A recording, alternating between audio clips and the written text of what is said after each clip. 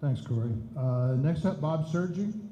Incidentally, we are taking the candidates in alphabetical order. We didn't just decide to throw a hat in a hat. We take them in order so that we can not slighting anybody. So, Bob Sergi. Sir.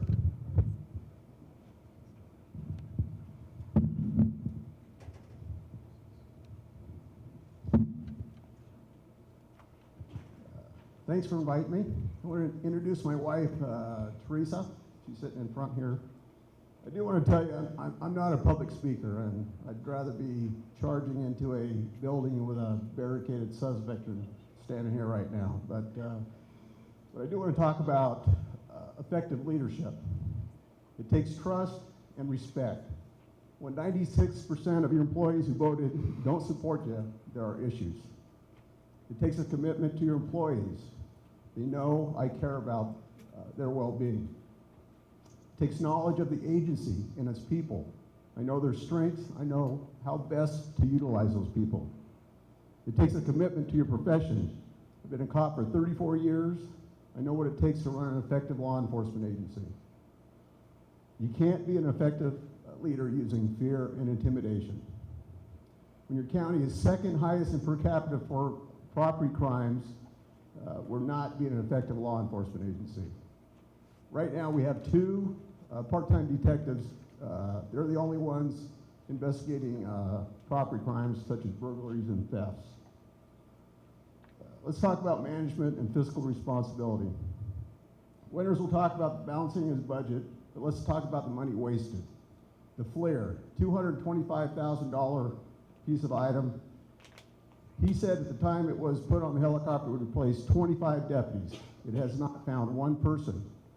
The question I have is the missing juveniles in Ashland a couple weeks ago. Where was that system when we needed it? It probably wasn't even in the state.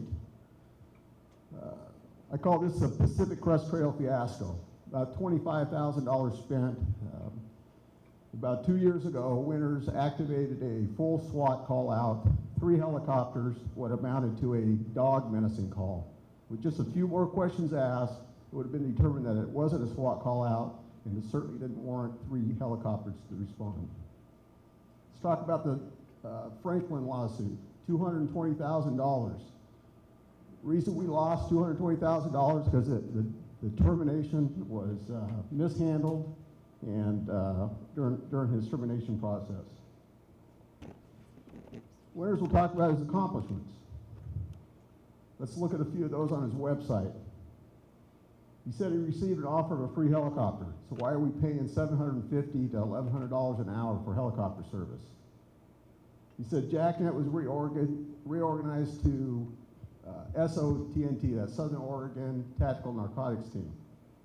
That does not exist. We currently have 1 detective and a half clerk time working in MADS right now. In the current budget, he said we found 783 marijuana plants in 2012, 2013. It was closer to 10. That was marijuana grows, not plants. In the same budget, he said that SOTNT seized 101 pounds of meth and 54 pounds of heroin. MADS did that. SOTNT doesn't exist. He initiated the Nexar emergency system in the Shady Cove Middle School at a tune of $150,000.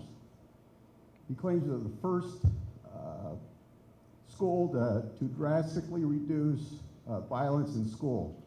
Recently, we had a active shooter training at that school. The system failed miserably. He doesn't mention the $1.5 million he spent on the satellite communication system as an accomplishment on his website. So let's talk about endorsements. That's not time, is it? I have the overwhelming support of law enforcement community in this valley. Former Sheriff Bob Kennedy. I'm endorsed by both Fraternal Order of Police, local and state lodges. I've got multiple retired law enforcement and active officials endorsing me, former prosecutors. They support me because They trust me. They know I'm experienced and well qualified to run the sheriff's office and do it effectively. They know I'll make law enforcement a priority to make the community safer. I'm the most qualified candidate, and I know the agency inside and out and can take immediate steps to change the culture of this agency. I'm done.